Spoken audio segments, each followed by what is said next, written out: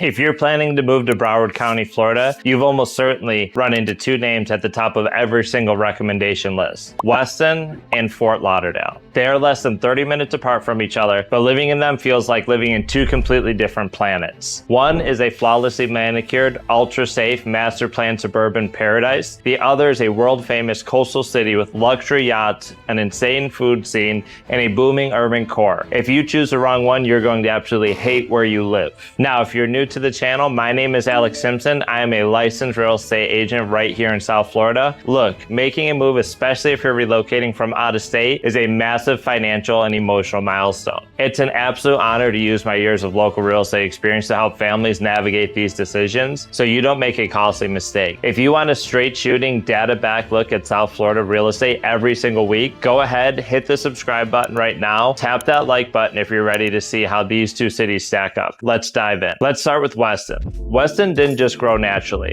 It was meticulously engineered starting in the late 1980s. When you drive into Weston, the first thing you notice is how perfect everything is. The landscaping is flawless. The streets are lined with royal palms, and almost every single neighborhood is tucked behind a secure gate. It has a deep sense of community, incredible city-operated youth sports leagues, and a quiet, highly predictable lifestyle. If your ideal weekend is a morning bike ride with your kids followed by a quiet dinner at the Weston Town Center, this is your spot. Now flip the script to Fort Lauderdale. This is the Venice of America. Fort Lauderdale thrives on energy, water, and an outdoor lifestyle. You've got over 7 miles of public beaches, hundreds of miles of navigable canals, and a world-class culinary scene on Las Olas Boulevard, and a massive career hub downtown. It's a real city, which means it's vibrant, diverse, and fast-paced. The crowd here is a mix of young professionals, boaters, empty nesters, and people who want to feel like they're on vacation every single day of the year. And if you're someone who loves entertainment and dynamic experiences, Fort Lauderdale plays host to some of the absolute best world-class events in the entire country. You have the massive Tortuga Music Festival bringing in the biggest names in music right onto the sand, the Fort Lauderdale International Boat Show transforming the city into the yachting capital of the world, and the incredible Fort Lauderdale Air Show lighting up the coastlines. On top of that, there are countless holiday events and local festivals that will leave you amazed almost every single month. In Fort Lauderdale, there's always something massive happening right in your backyard. Let's talk numbers, because housing infrastructure looks entirely different in both places. In Weston, the median home prices sits around $825,000. Single-family homes dominate here. Your money buys you a suburban lot, a Mediterranean-style home with a tile roof and a 2 or 3 car garage, and usually a community pool or a backyard lake view. But remember, Weston is heavily governed by HOAs. These HOAs keep property values high, but they also mean you pay a few $100s a month just to live there. And yes, they will send you a letter if your grass gets too long or your mailbox is the wrong shade of beige. In Fort Lauderdale, the median single-family home price is slightly lower, hovering around $720,000, but that number is incredibly deceiving. Why? Because Fort Lauderdale has massive housing diversity. You can buy a downtown high-rise condo for about $450,000, a historic mid-century home for $800,000, or a massive mansion with a dock to park your boat for $15 million. And here's a massive tip.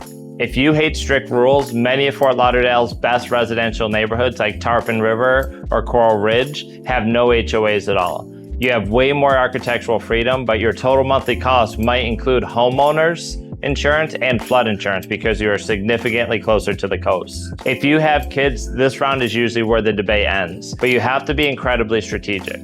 Weston is legendary for its public schools. Cypress Bay High School, along with the middle and elementary schools that feed into it, consistently rank among the absolute highest in this entire state of Florida. Education is a massive priority for the families here, and people will willingly pay a premium on the home prices just to be zoned for these specific public schools. Crime rates are also incredibly low, making it one of the safest cities in the country. Fort Lauderdale also features highly rated options, including phenomenal private schools and a great specialized magnet public school. However, because it's large and spread out, school performance varies heavily depending on the exact neighborhood or pocket you live in. If you have younger kids, public elementary schools like Bayview, Harbordale are highly sought after, but you have to live within their exact boundary lines to get in. If you want a top-tier school without being restricted by a neighborhood, Virginia Schumann Young is an incredible public Montessori magnet school that works on a lottery system. But here's the catch. Once kids hit middle school and high school, the public options in Fort Lauderdale become much less ideal. This exact turning point where many local families choose to go private, or they make the decision to move out of the city entirely to places like Boca Raton or right here into Weston. So if you choose Fort Lauderdale with a family, you have to be much more strategic about checking the exact boundary lines for schools and planning for a long term before you write an offer on a house. Let's wrap up with the reality of your daily life, the commute. Weston sits on the far western edge of Broward County, right against the Everglades. It's highly self-contained. You have your own schools, clinics, grocery stores, and restaurants right inside the city boundaries. But if you work in downtown Miami or downtown Fort Lauderdale, you're looking at a 35 to 50 minute commute down I-75 or down I-595. Fort Lauderdale, on the other hand, is the geographic heart of South Florida. You are minutes away from Fort Lauderdale Hollywood International Airport, right next to I-95, and you have access to the Brightline train, which can take you to Miami or to West Palm Beach in under 30 minutes. The trade-off: city traffic, paid parking meters, and a tourist rush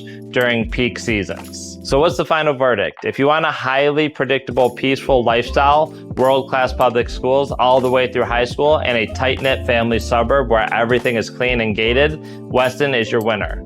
But if you want walkability, non-stop entertainment, major national events, coastal views, and a central location close to everything, and you're ready to navigate the specific elementary pockets or go private for high school, Fort Lauderdale takes a crown. No matter which city sounds like home to you, making a move in South Florida requires a solid plan. Like I said earlier, it is my absolute honor to protect my clients and put my years of real estate experience to work for you. My team and I help families relocate to South Florida every single week. Whether you're looking to buy in 6 days or 6 months, shoot me a text or give me a call with the number on the screen. We've got your back. Don't forget to leave a comment below with your winner. Are you Team Weston or Team Fort Lauderdale? Let me know, and I'll see you next week.